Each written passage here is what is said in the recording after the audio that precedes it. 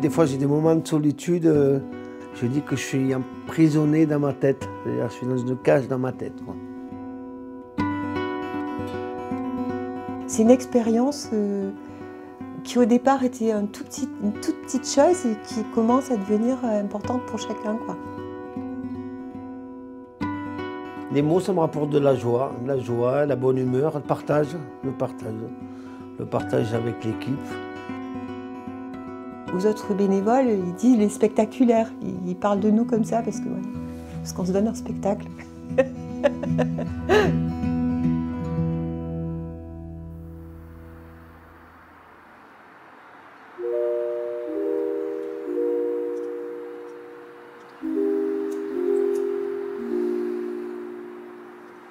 Je m'appelle Franck, je vais avoir 58 ans cette année.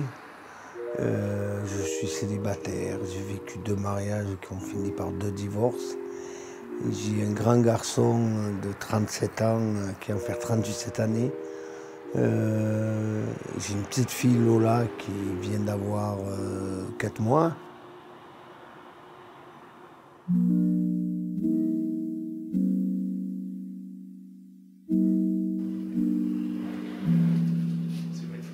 Alors, je m'appelle Martine Conny, j'habite à Sisteron depuis 8 ans. Je suis à la retraite, enseignante et bénévole au Café Sourire. Je vais mettre ça parce que je prends ça, je vous ramène.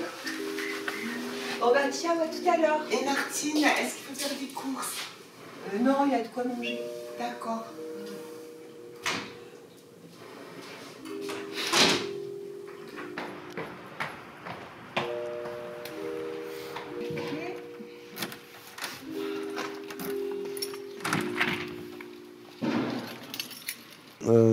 J'ai connu le Café Sourire par d'autres personnes qui venaient, que je voyais moi au centre de jour. Donc, c'est une aile de l'hôpital psychiatrique de Digne. Donc, parce que je suis suivi psychologiquement et psychiatriquement.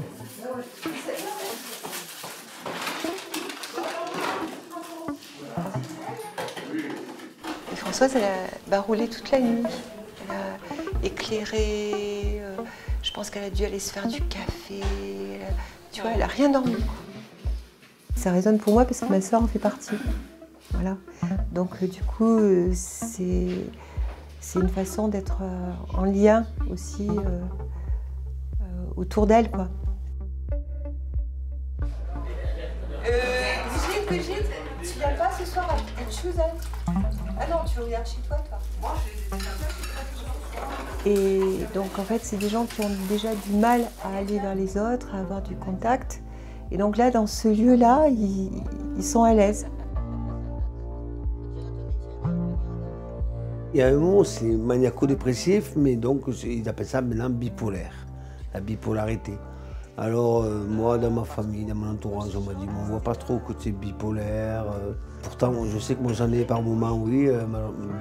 Des fois, je suis un peu trop haut, donc dans le sens de maniaco. Des fois, je suis trop bas, donc dépressive. Mais en ce moment, je suis plutôt en période de maniaco.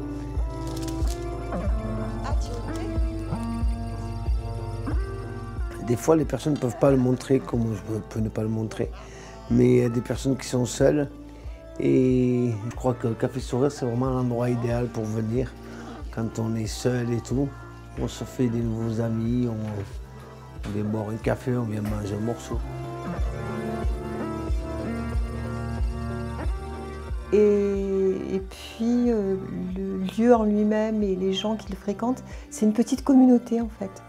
Et le fait de faire pas mal d'activités autour d'un lieu fait que de plus en plus on se connaît, on prend confiance, quoi. Là où on est reconnu pour ce qu'on est, sans jugement.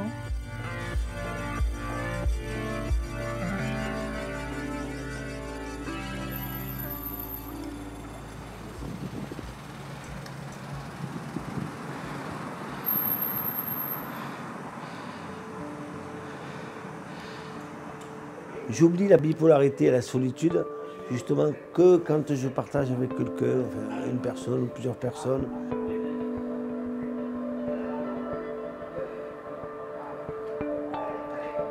un psychiatre qui m'avait dit, je vous recommande de faire du théâtre, ça vous permettra de vous évader, de vous exprimer, de faire rire les gens et de voir que c'est peut-être un peu libérateur. C'est bon, je finis. Alors, malgré les menaces du... Alors au départ, c'est Didier qui m'a demandé de éventuellement faire un atelier théâtre. Il efface tout. Le chef, elle est morte. Et donc du coup, j'ai proposé à Eva, qui fait partie de la troupe, qui avait déjà fait du théâtre, qui elle a fait sa vie dans le théâtre amateur, de faire quelque chose avec elle. Et elle m'a dit, il y a une autre amie qui est intéressée. On s'est rencontrés et il y a ma sœur qui a dit, moi je veux bien faire avec vous. Franck s'est rajouté après et du coup lui il a dit, ben, moi je veux bien. Voilà. Le projet de faire des poésies, tout ça, c'était fait bien avant moi. Ça faisait déjà 2 ans, je crois qu'ils avaient le projet bien avant moi, quoi. Et après, moi, je suis venu me raccrocher au groupe. Nous l'ont impressionné. Il se moque du temps et se rit des années. Les mots, ça me rapporte de la joie, la bonne humeur, le partage avec l'équipe.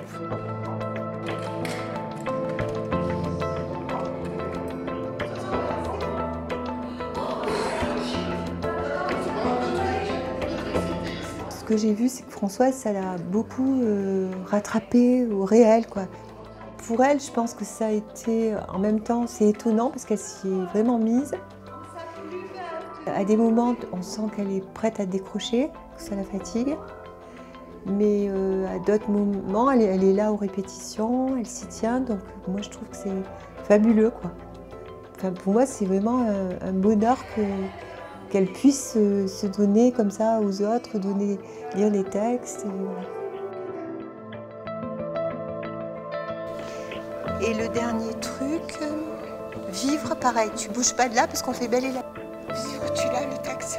Non mais ça va, je le sais. Je sais pas. Mais tu l'as.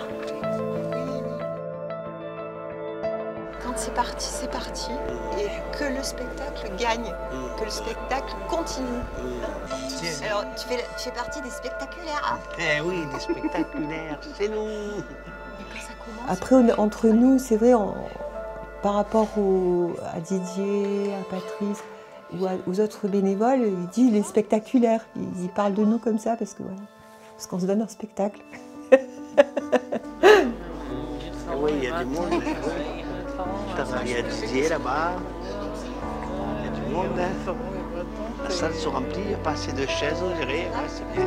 D'abord, il y aura Myriam au chapeau qui vous donne la assiette. On y est.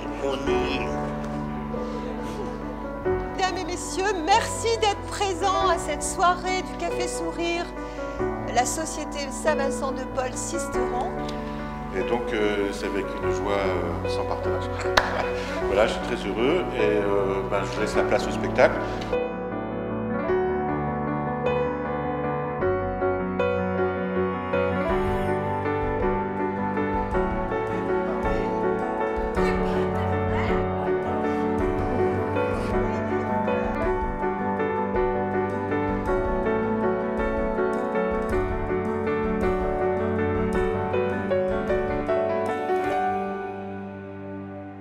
Martine est quelqu'un qui organise bien les choses, quoi. Donc on monte bien tout ça. Et après, il y a aussi Eva qui a fait du théâtre pendant X années. Les autres aussi, Françoise, Marie-Claude. Chacun a sa manière de jouer. C'est quelque chose qu'on essaie de faire au mieux, quoi. On met tout notre cœur. Mais pourquoi me questionner? Je suis là pour vous plaire. Et n'y peut rien changer. C'est une expérience qui au départ était une toute petite chose et qui commence à devenir importante pour chacun. Pour moi, c'est une réjouissance que ça marche, que ça tienne le coup.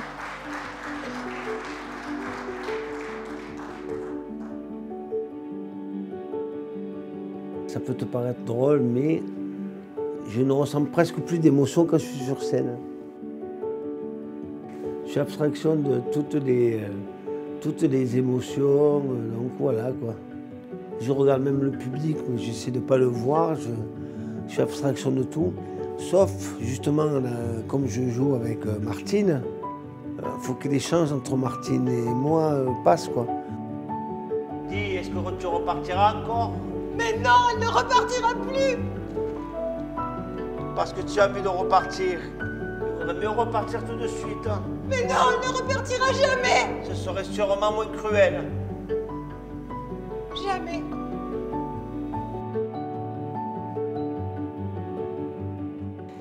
Je ne fais pas exception, c'est-à-dire pour moi, je les prends comme les autres.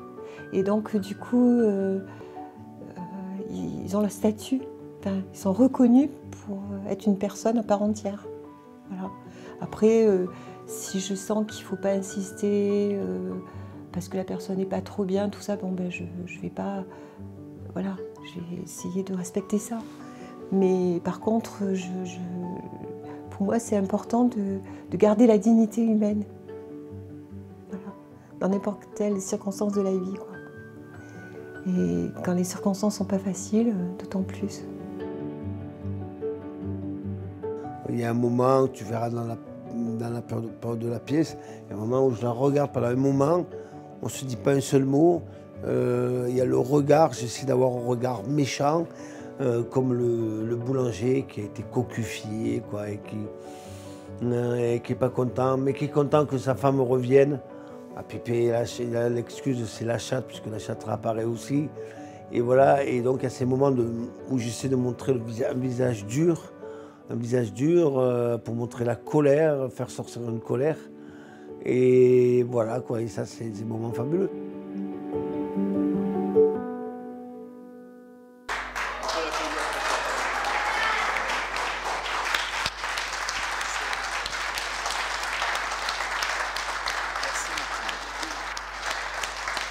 Il y avait Marie-Claude, Colin, Françoise, Eva, Franck, Antoine et Martine. Merci.